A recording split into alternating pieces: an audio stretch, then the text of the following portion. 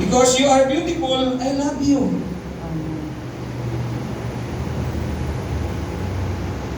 Because you sing well or preach, I love you.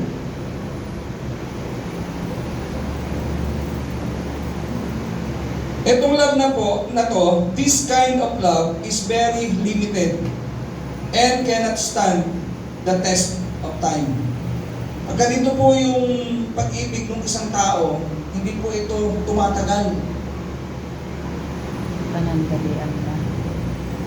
Kasi, katulad nung nauna, mahal kita kung ibigay mo lahat yung gusto ko.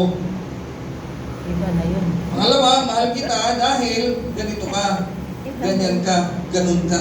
E paano kung nawala na lahat yun? Tingnan po natin lalo na kung sa mag-asawa. Iba na yun sa mag-asawa. Kasi suppose yung spouse is no longer beautiful because of age or any reason. Will you no longer love her? It depends. Kasi matanda po ang tao eh.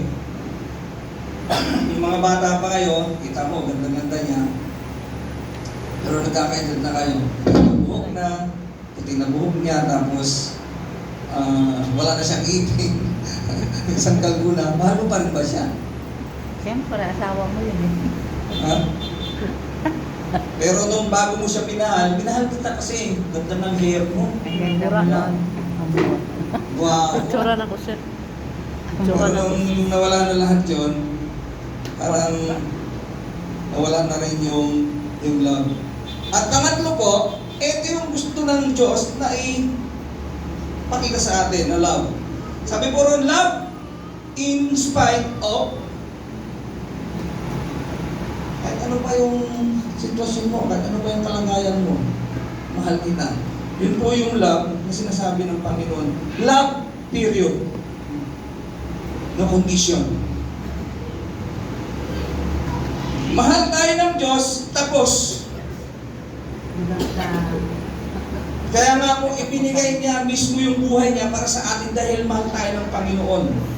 Na wala po tayong ibang gagawin kung hindi i-open natin yung puso natin at tanggapin natin kung ano yung inihahain niya sa atin. Siya na lahat. Baga po, wala na tayong ipagmamalaki sa Panginoon. At kahit, sabi nga po,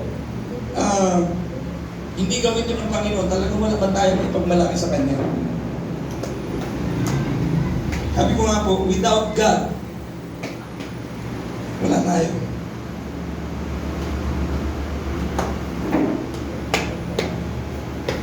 Sabi nga po dyan, love in spite of, ito po yung sacrificial love, no? Love period. Love unselfish. And then, sabi po doon sa 1 Corinthians chapter 13, ito po yung tinutukoy doon, agape love. In spite of the fact that most people find a person unlovable, I still love him.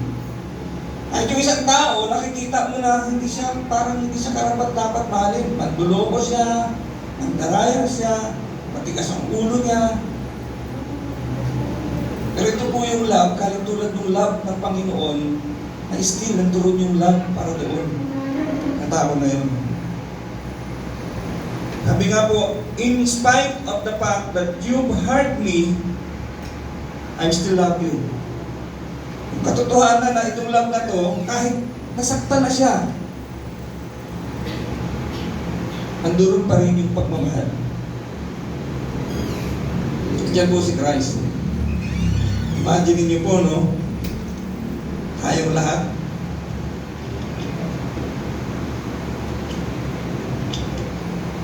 Madalas po, sinasaktan natin ang Panginoon. Pero still, andoon yung panawagan ng Diyos sa atin. At ipinapadama sa atin na mahal niya tayo. Pinagpapala niya tayo. Kasi naniniwala po ako, every morning is a blessing mula sa Diyos. Kasi nananatili tayong humihinga. Ganun po yung pagmamahal ng Panginoon. Kahit nasasaktan natin siya, hindi siya sumusuko. until the time na totally isuko natin yung buhay natin sa Pinag-test niya Kanya. tayo. Dahil siya ang lumikha sa atin eh, Kanya tayo eh. Sinisikap lang ni